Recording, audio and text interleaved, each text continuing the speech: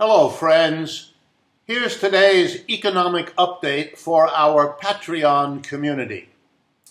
I want to talk briefly about the decision by the Trump administration to withdraw U.S. troops from Syria.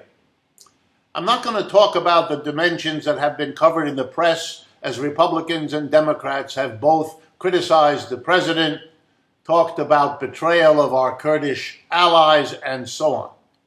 I want to talk about a different dimension, which in terms of the long-run conditions of capitalism around the world is much more serious and much more important.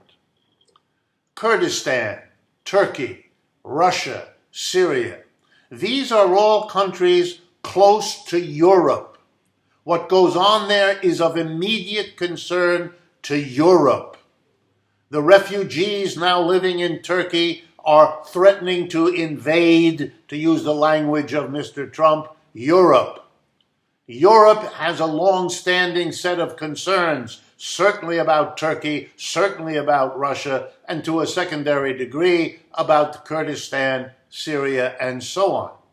Yet, President Macron of France said publicly that he learned about the United States decision from Twitter.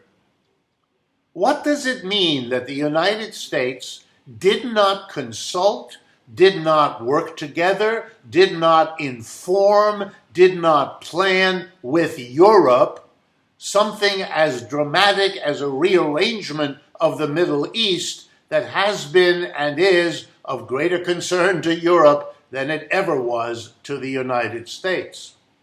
The answer is that the United States no longer relates to the Europeans as allies, fellow countries committed to the capitalist economic system.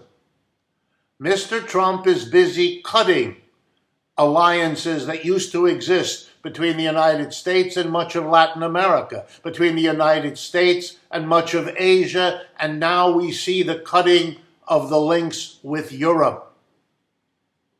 Mr. Trump's notion of America first seems to be a transition from the neoliberalism, from the globalism that we had the last 30 to 40 years, from the 1970s to Mr. Trump's presidency, and now to make a transition to what we should call neo-protectionism.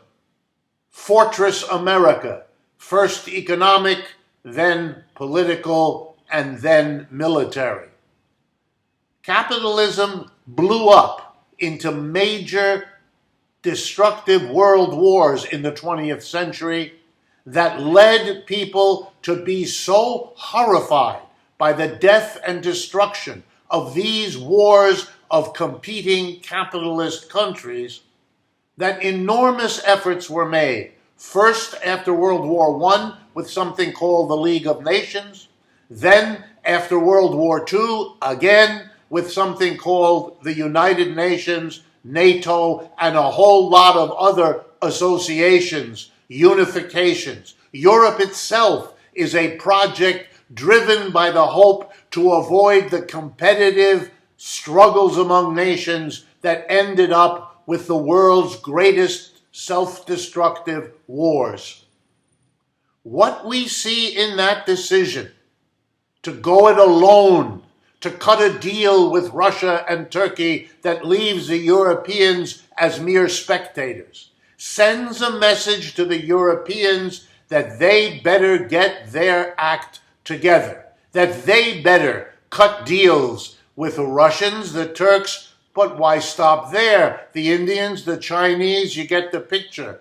Icing out the United States before the United States ices them out of such deals.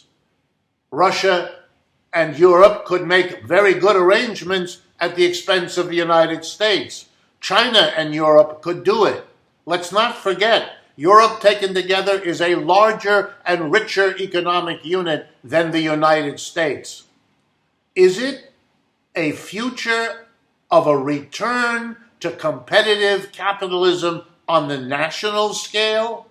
Will the damage and the inequality and the instability of capitalism that we see inside so many countries now become the harbinger of once again global competition, turning inward, protection in each place, leading up to, as it has so often, global conflict.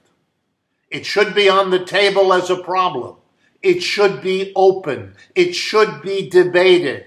Working people and governments should be part of all of that, not secret arrangements made alone in Washington with the rest of the world told to take it or leave it.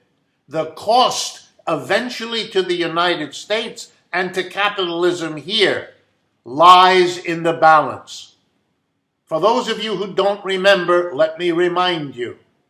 At the end of the great competition between Britain, Germany, and the United States and Japan that ended in World War I, the largest country on earth withdrew from world capitalism.